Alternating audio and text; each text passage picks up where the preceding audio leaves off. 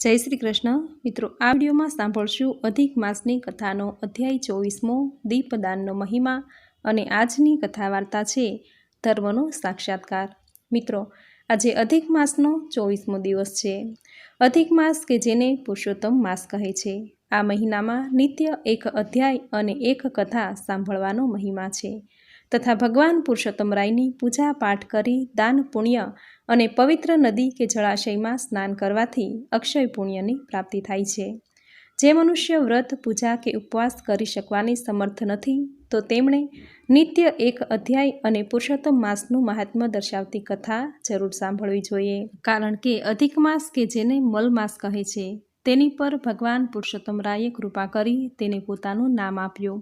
આથી આપણે પણ જો આ મહિનામાં પ્રભુની કૃપાને પ્રાપ્ત કરવા માટે પૂજા પાઠ કરીએ, સ્નાન કરીએ, નિત્ય એક કથા અને અધ્યાય સાંભળીએ, તો આપણી ઉપર પણ પ્રભુ કૃપા કરે જ છે, આપણી મનોકામના પૂર્ણ કરે છે, તેમાં કોઈ શંકા નથી। તો મિત્રો, આ વિડીયોમાં આજે સાંભળશું અધિક માસની કથાનો અધ્યાય 24મો દીપદાનનો મહિમા અને આજની સુંદર કથા વાર્તા છે ધર્મનો સાક્ષાત્કાર। જો આપને સાંભળવી ગમે તો વિડીયોને લાઇક, શેર, કોમેન્ટ કરી ચેનલ પર નવા છો તો ચેનલ સબસ્ક્રાઈબ કરી બાજુમાં બેલ આઇકન પ્રેસ કરી દેજો। ધન્યવાદ। તો સૌ પહેલાં સાંભળશું અધિક માસની કથાનો અધ્યાય 24મો દીપદાનનો મહિમા। મણિગ્રીવના રૂપમાં રહેલા તમે બોલ્યા, હે મુનિ શ્રેષ્ઠ, હું ચમત્કાર નગરમાં પ્રસાદી જીવન ગાળતો હતો। શરૂઆતમાં હું સારા ગુણવાળો અને પરગજુ હતો, પરંતુ મારી પાસે ધન આવતા અને દુષ્ટ મિત્રો સાંપડતા મારી બુદ્ધિ બગડવા માંડી અને અનેક દુર્ગુણોને લીધે હું લોકોમાં કપટી, દુરાચારી અને ઘાતકી તરીકે પંકાવા લાગ્યો। ચોરી, જૂઠ, કપટ એમાં હું પૂરો હતો અને કોઈ પણ જીવની હિંસા કરતા અચકાતો નહીં। મારી આવી વર્તણૂકથી મારી જ્ઞાતિએ અને મારા સગા વહાલાએ મને ત્યજી દીધો। મારું ધન હતું તે ખોટા રસ્તે વેડફાઈ ગયું અને બાકી રહ્યું તેને રાજાએ દંડમાં લઈ લીધું, એટલે હું હતાશ થઈ ગયો। ધન વગર શહેરમાં રહેવું શી રીતે? આથી હું મારી પત્નીને લઈને જંગલમાં રહું છું અને પશુ પક્ષીને મારીને જીવન ગુજારું છું। આવી રીતે જીવવું મને અસહ્ય થઈ પડ્યું છે। તેવામાં અમારા સદભાગ્યે આપની સેવા કરવાનો અમને લહાવો મળ્યો। અત્યારે અમે આપના શરણે છીએ, તો મારી ગરીબાઈ ટળે અને સુખ વૈભવ મળે તેવો કોઈ માર્ગ બતાવો। મુનિ બોલ્યા, તમારી ગરીબાઈ અને દુઃખ ટાળવા માટે તમારે વ્રત કરવું ન પડે, તીર્થયાત્રા કરવી ન પડે, દાન ન કરવું પડે, તેમજ શરીરને કષ્ટ વેઠવું ન પડે તેવો ઉત્તમ ઉપાય બતાવું છું। હવે પછી જે ત્રીજો માસ આવશે તે અતિ પવિત્ર પુરુષોત્તમ માસ છે, તેને અધિક માસ પણ કહે છે। આ પવિત્ર માસમાં તમે દીપદાન કરશો તો તમારી ગરીબાઈ છૂટશે અને તમારું દુઃખ દૂર થઈ જશે। દીવો ઘીથી થાય તો ઉત્તમ, તેવી શક્તિ ન હોય તો તલના તેલથી થઈ શકે। અત્યારે તમે વનમાં વસો છો એટલે ઘી તેલ ન બની શકે, તો અધિક માસ પૂર્ણ થતાં સુધી તમે ડોળિયાના તેલથી દીવો કરો તો પણ તેનું એક સરખું જ ફળ મળે છે। વળી પુરુષોત્તમ માસ દરમિયાન તમારે રોજ જળાશયમાં સ્નાન કરવું, સાત્વિક ભોજન કરવું અને બ્રહ્મચર્યનું પાલન કરવું।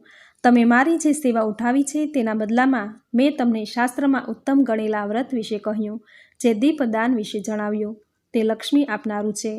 પુરુષોત્તમ માસમાં વિધિપૂર્વક જે વ્રત કરે છે તેને ત્યાં લક્ષ્મી દેવીની કૃપા થાય છે।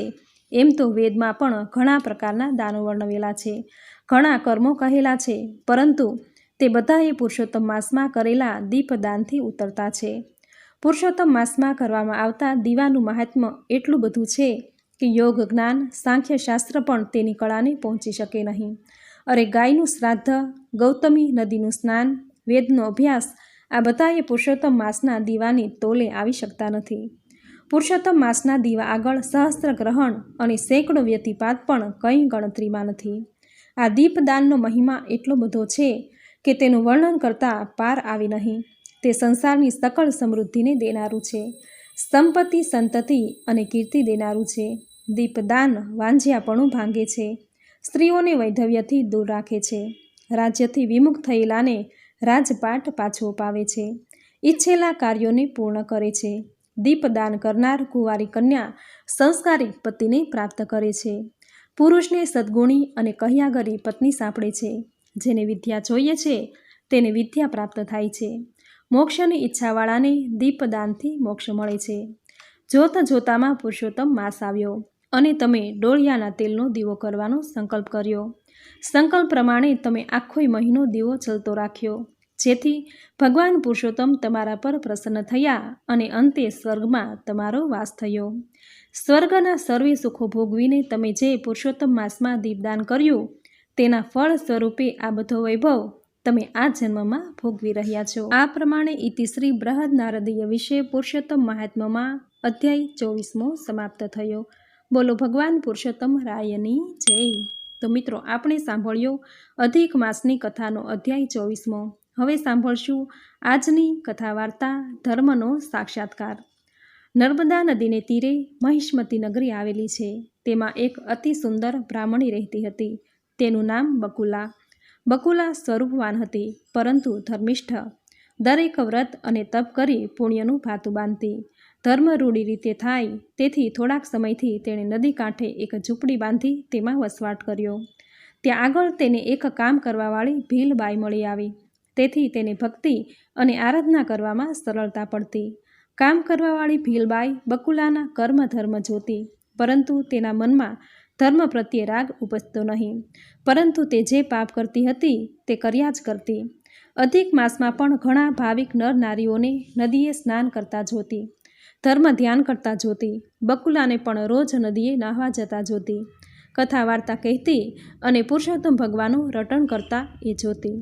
તો પણ તેને મનમાં તે પ્રત્યેનો ભાવ જાગતો નહીં અને પૂછતી પણ નહીં કે તમે બધા શું કરો છો. ખરેખર જેના પુણ્યનો ઉદય થાય તેને જ ધર્મ કર્મ અને વ્રત નિયમ સૂઝે છે. ધર્મના આધારે જ જગત ટકી રહ્યું છે. જોત જોતામાં પવિત્ર પુરુષોત્તમ માસના 17 દિવસ પસાર થઈ ગયા. તેવામાં પેલી ભીલ એકવાર માંદી પડી ગઈ. બ્રાહ્મણીએ પોતાની ઝૂંપડીમાં જ તેને રાખી તેની સારવાર કરવા માંડી. પોતે મરીને હવે નરકમાં જ જશે તેવું ભીલબાઈના મનમાં થઈ ગયું. બકુલા બ્રાહ્મણી કહેતી કે બહેન, તને હું ઘણીવાર કહેતી કે આ મહામૂલો મનુષ્ય અવતાર વારંવાર મળવાનો નથી, માટે પ્રભુ ભક્તિ કરી ભક્તિનું ભાતું બાંધી લે. આ ક્ષણભંગુર દેહનો ભરોસો શું છે? છતાં તારા મનમાં ધર્મ ઉતર્યો નથી. હવે જેવું તારું ભાગ્ય. ભીલબાઈ મહાપરાણે બોલી કે મને લાગે છે કે હવે હું જીવીશ નહીં. તમે એક ઉપવાસનું ફળ મને આપો. મરતી વખતે આટલી મારી ઈચ્છા પૂરી થશે તો લેખે લાગશે.